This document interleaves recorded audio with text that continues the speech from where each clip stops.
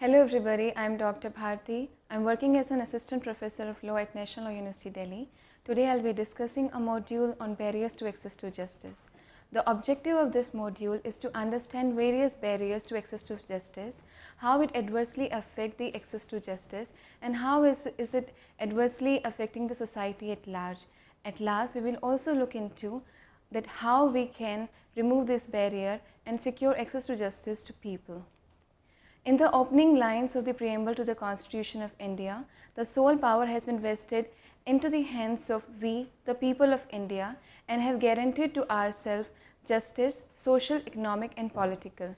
Justice within its ambit consists of many rights, the denial of which results into the violation of fundamental philosophy of the Constitution, which is to secure the rights to the citizen. Access to justice is therefore a commitment to ensure that the people have a right to have their grievances redressed and a right to pursue their legal remedies, either in court proceeding or other informal proceeding, so as to ensure that their rights are protected.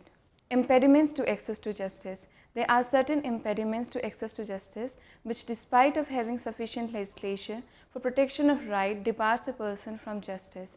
Impediments to access to justice can broadly be categorized into two categories. Firstly, social and economic barrier, and secondly, legal barriers. To start with, we'll discuss social barriers. What are those social barriers which restrain a person from reaching the court of law and redressing their dispute and availing the justice which is their right? Social barriers are those impediments which arise by virtue of the social setting in which the person resides or has grown up or nurtured in. When the very society in which the person resides becomes the impediment in voicing his opinion, this leads to defeat of justice. India has always been a mix of two societies, India and Bharat. Bharat resides in villages which are heavily dominated by class politics and caste dynamics. Access to basic amenities are the biggest challenge of the days, which in turn resulted from the class divide. The rich grew richer, whereas the poor were oppressed and not given the basic amenities such as proper education, a healthy and balanced diet, as well as a way to enhance their skill so that they could grow as a human potential. It was on account of these systems that a feudalist society came into being. In India, the position of the poor was further marginalized because of the caste system, where they were treated as sevaks. It was by virtue of the social stigma that they were not allowed access to villages. For them, they had separate way to enter the villages and were not allowed to draw the water from the water bodies which were used by the masters. Furthermore, people from the lower caste were not asked to be a part of any religious ceremonies or proceeding and were not invited or given a chance to represent the local bodies. They were denied the right to hold properties and were enslaved into working for their masters. This psychological treatment was internalized by these people for centuries, and the change in rule only meant a set of new masters, for everything else was the same. It was on account of all these factors that they were denied the right to access to justice. In the later years, due to the inception of this caste divide, access to justice became all the more difficult. With the advent of colonial rule, separate court of Fort Williams and Calcutta were established. There were separate adjudicatory processes established which governed the indigenous population as well as the British people. For the Dalits, however, no forum of grievance was ever available. Denial of social justice to indigents was one of the reasons for lack of faith in the justice administration system. If an accused was a Dalit, he was forcibly tried, but if he happens to be a complainant, the story was entirely the opposite way. The other reason which were responsible for the complete deterioration of these conditions was Jamindari and Rayatwari system, which compelled the villagers to work on their own lands in the capacity of bonded laborers and were often denied even the basic food for their own subsistence. Multiplicity of taxes depending upon one's caste was another reason why they were heavily indebted and had to rely on the grants of their master and jamindars. Now the next point we need to discuss is what were the steps which were taken by the state to remove these social barriers. We have understood the reason behind the existence of social barriers and how they were affecting the people from reaching the court and in getting the dispute redress and achieving the justice and availing the rights which is granted to them by law. To know how these barriers have been removed and what are the steps taken by the state to remove these barriers, we need to know the following thing. First, post-independence, the system continuously and steadily improved. The series of changes brought by the First Amendment Act delivered the promise which the welfare state held and brought to the farmers the right to hold property and acquire own property. The directive principle of the state policy guaranteed to them the right to equal pay to equal work and commitment to ensure just and human condition of work. Furthermore, by virtue of the mixed legislative enactments along with the judicial activism, new rights were read into the right to life, such as right to earn livelihood and the right to health and well-being, the right to basic standard of living and dignity at workplace, and the right to free medication, which defined the new India. Taking a serious view of the caste divide, the Constitution explicitly forbade the archaic practice of untouchability and made it a criminal offence. By virtue of the social strata that the people came from, early child marriages were rampant and corrupt practices such as dowry and ban on widow remarriages had led to serious deterioration of the society. Measures to curb such social evils were started by joint efforts of Sir Williams, Swami Dayanand Saraswati, Swami Vivekanand and Raja Ram Mohan Roy. Furthermore, by virtue of the lack of access to education, the people were not even made aware of their rights that are constitutionally sanctioned to them. It is because of this lack of awareness brought about by dearth of primary education that most of the people are forced to live in the lives of labor and servitude. Most of the worker and their family members are often perturbed by the idea of education, even though it is a fundamental right constitutionally guaranteed under Article 21A of the Constitution. The conventional idea was to send the children to work so that they could earn money and support the family. A most glaring example of the effect of social divide is evidenced in the criminal codes. Safeguarding the protection of interests of people were duly incorporated under the Code of Criminal Procedure 1973. It is a fundamental tenet of the criminal law that every man is deemed to be innocent until he has been proved guilty.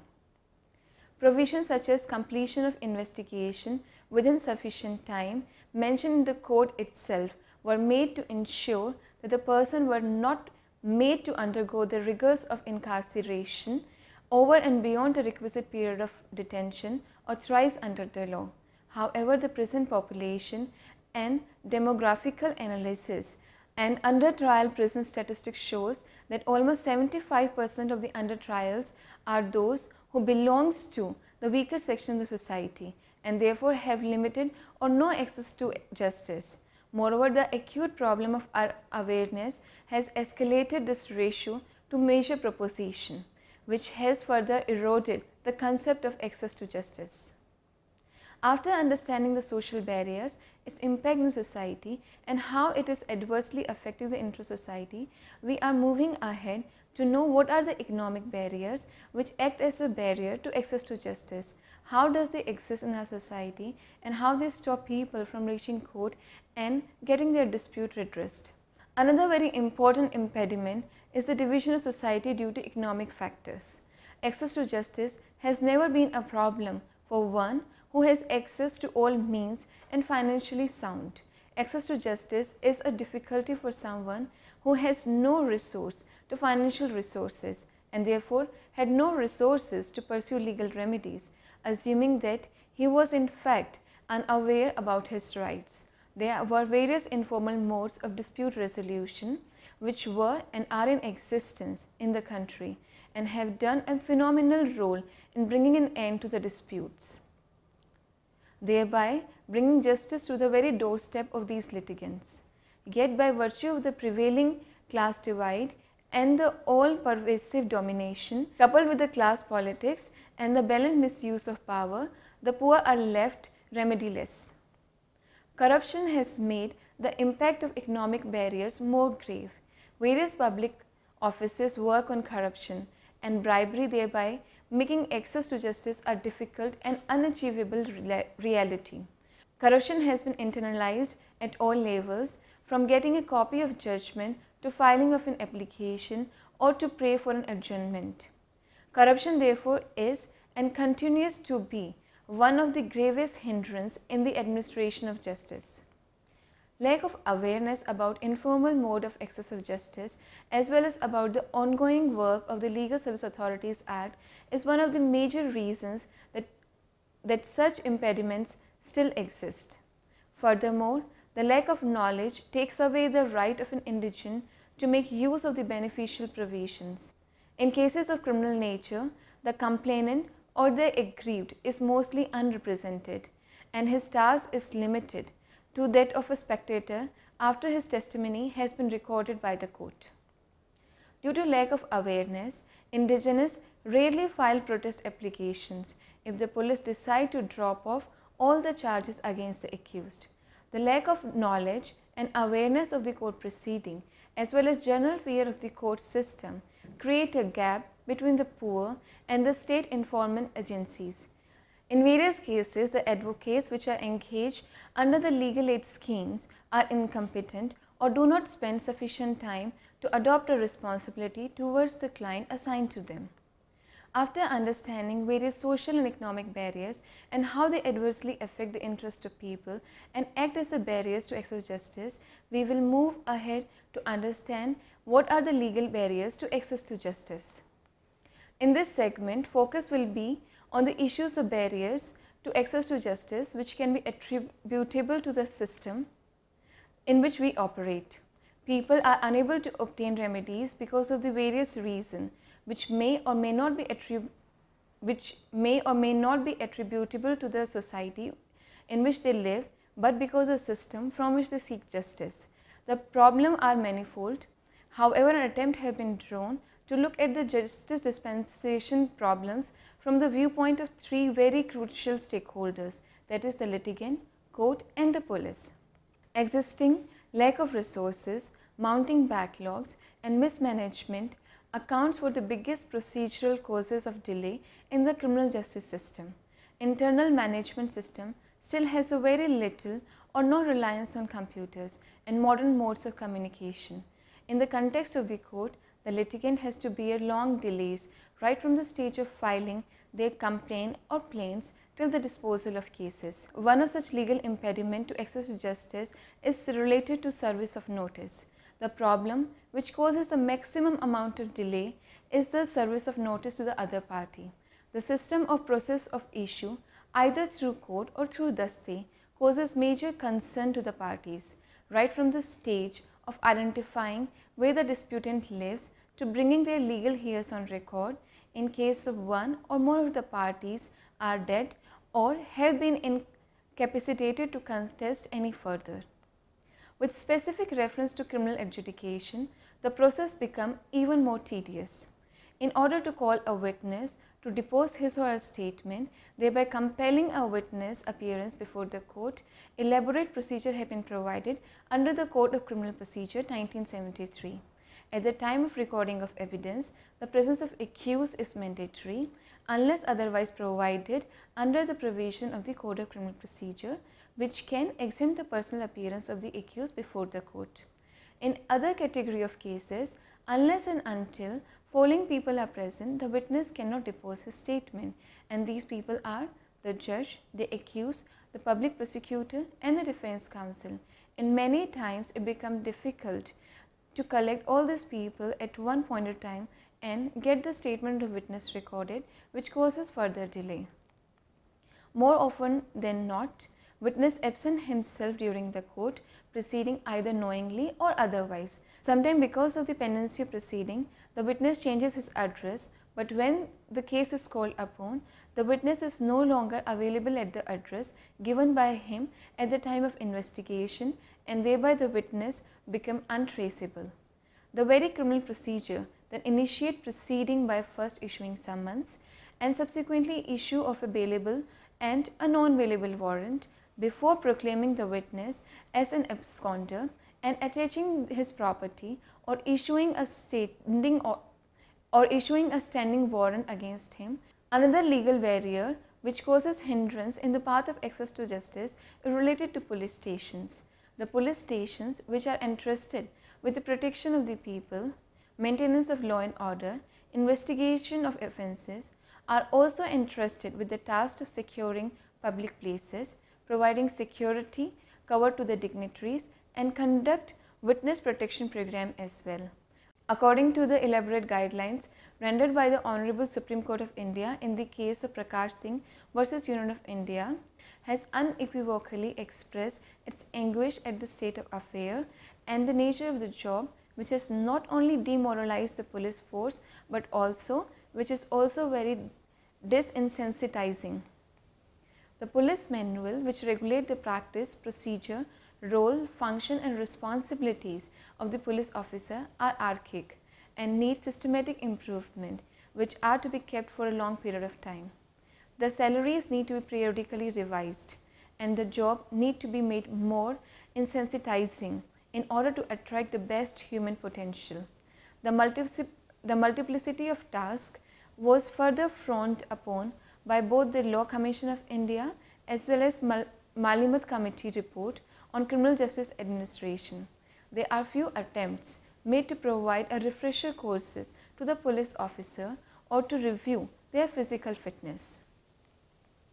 Every police station has to maintain many register like daily register, which is maintained to keep minute-to-minute track, register of inventory of all the weapon holder including their licensing number, year of expiry, crime register, offender register, other register for summons and warrants which are to be handed over in their jurisdiction, seizure register and many more.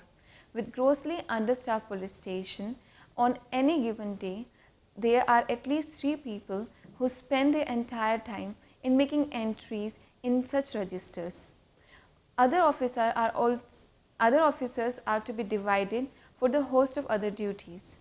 There are 2 more officers whose task is to visit the court every day and take the list of the warrants and summons which are to be delivered in their local jurisdiction on day-to-day basis.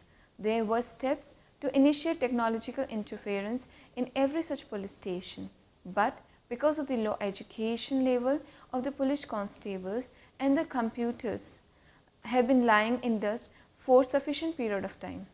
Another legal barrier is connected to forensic science assistance. Court take assistance of forensic science to get the best evidence. With specific reference to criminal adjudication system, it takes years to procure an investigation report or a medical report or a forensic science laboratory report. Due to the severe resource crunch, there is no FSL unit in many districts, because of which in heinous offences, most of the records have to travel all the way to the state or divisional headquarters, which are already reeling under many other similar cases. Often because of this delay, material evidence is lost or destroyed or becomes adulterated or inconclusive, which gives an easy way out to an accused person. The agencies are well conversant with all the flaws that have been existing, but lack of political or administrative will has led to the lapse of the system, and the ultimate loser is the victim. Another legal barrier is related to the court process. It is the prominent principle of law that there has to be finality to litigation and the dispute between the parties should get some logical conclusion. The laws of this great nation provide for effective adjudicatory systems. The laws of this great nation provides for effective adjudicatory safeguards at every step so as to ensure that the end of justice are met. However, these procedures on almost a regular basis are flaunted and misused, thereby creating a situation of docket explosion.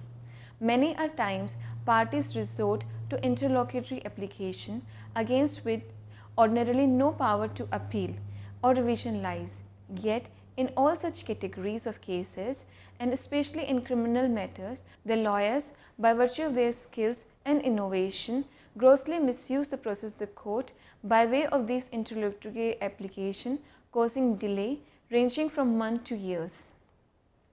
Framing of issue seems to be another long-drawn procedural step. At this stage, either Order 14 of Civil Procedure Code or during a criminal trial, the power vested in the court is absolute, in the sense that they can frame an issue at any stage during the trial, which include right before the judgment it is produced. The parties are therefore at complete liberty to assail averments after averments at any stage of the trial, which can then be treated as a separate issue involving a question of fact or law or both, and which will then operate irrespective of the state at which the trial might have reached. Another legal barrier is related to the advocates and their conduct in the court. A lack of legal knowledge in substantive as well as procedural law on the part of advocate actually adversely affect the interest of the client whom they are representing before the court of law. Advocates sometimes do not prepare case fact well, which reflects in their pleading, as they remain clueless when judge put question to them. Most of the time, advocates are single-handedly the most worrisome cause of litigation. Advocates are often seen running between the courtrooms because they are involved and engaged in many cases, and hence they ask for adjournments. Frequent and unavoidable adjournments due to the tactics of litigant and their lawyers are major cause of delay in the court. The state of affairs at the legal aid advocate is pitiable. The lawyers are not insensitized and are asked to represent the clients who are never in a position to bear the expense. Huge number of such cases and a fewer number of advocates to represent their case before the court had made the constitutional commitment of providing free and compulsory legal aid very difficult, which has not only been provided in the Constitution of India, but has also been time and again declared by the Honorable Supreme Court in many cases like Hussain Ara Khatun versus State. Now, we need to understand that how these barriers can be removed, and if any step have been taken by the state, what are they and how they have actually helped the litigant in achieving the access to justice. Various schemes have been launched to ensure that justice is actually made available to people, with the inception and focus on the alternate mode of dispute resolution, and by taking recourse to the ancient form of dispute resolution such as Panchayata, Lok Adalat and Gram Nyayalas, a serious attempt have been made to eradicate the system of court pendency and backlog of cases.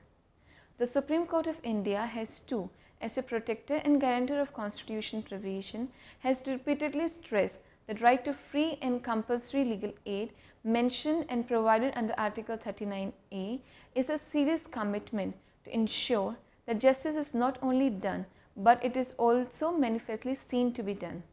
In a series of cases, the Supreme Court of India has held that an attempt should be made to eliminate disputed right in its inception, so that poor families are saved from the ordeals of trial. Furthermore, through the formation of committee on the implementation of legal aid scheme and the subsequent enactment of the Legal Services Authorities Act 1987, lakhs of indigents have been brought closer to justice. Realizing the need to put an end to the instances of forced labor and bonded labor system, the Supreme Court of India, in the case of Bandhu Mukti Morcha versus Union of India, categorically exposited the right to a dignified life to all the workers who are in unorganized sector and have been physically and mentally exploited over the years. The legislature too has shown laudable attempt to preserve and restore the dignity of those who were known as Harijans and have been oppressed from centuries. The Prevention of Atrocities to SC/ST Act is a welcome change, along with the Prohibition of Untouchability Offence Act 1955. It provides for setting up a special court for cases falling under such acts.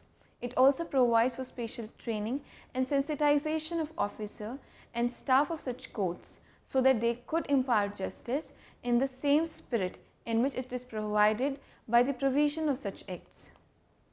With countless awareness programs being introduced through telephonic, electronic and print media, the people are being made aware about their rights and how to enforce a remedy in case there is any threat to such right. The Ministry of Law and Justice has also organized many campaigns, awareness programs to make people aware of their rights, and if their rights have been violated, how they can protect their rights and how they can secure access to justice. Furthermore, the government has also taken steps to educate people about the informal modes of dispute resolution, such as the pre-trial mediation, negotiation or judicial settlement. For petty trifles, reference to Lok Adalat and the Gram Panchayat has become a routine. The National Informatics Center is committed to bring about new technological advancement so as to eliminate the tedious number of visits of a litigant once his case has been listed.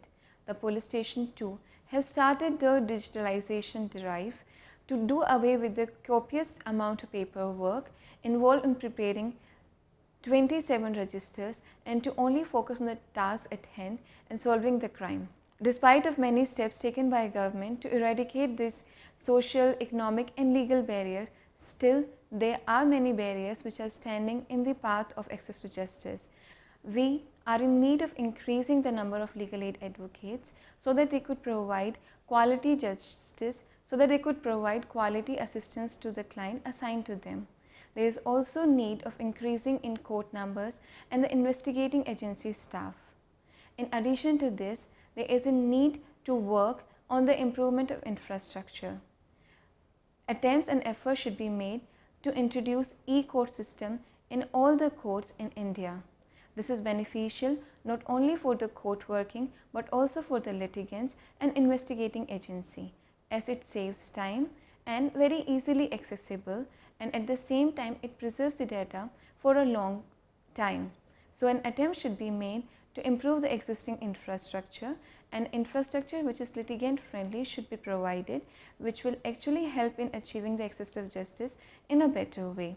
In addition to all this, periodical training of judges, court staff, advocate and the police for updating their knowledge and sensitizing them towards the problem should be conducted on periodical basis. To conclude, I would like to say that lack of faith in the existing judicial system has led to the establishment and constitution of Khap Panchayat, which is against the access to justice principle. To conclude, I would like to say that lack of faith in the existing justice delivery system has led to social communities to take a firm step and form their own courts called Khap Panchayat, which resulted into large-scale human rights violation. A specific ethic code is to be abided by all the members of the society, or the sanction imposed has to be enforced against the erring member. Most of the laws are openly flaunted. Most of the laws are still openly flaunted, and access to justice remains a distant dream for most of such individuals. There are various ways in which access to justice is being achieved at every level, yet India is at a stage where it needs to carve out an effective and achievable policy which speeds up the process of dispensing of justice. Thank you.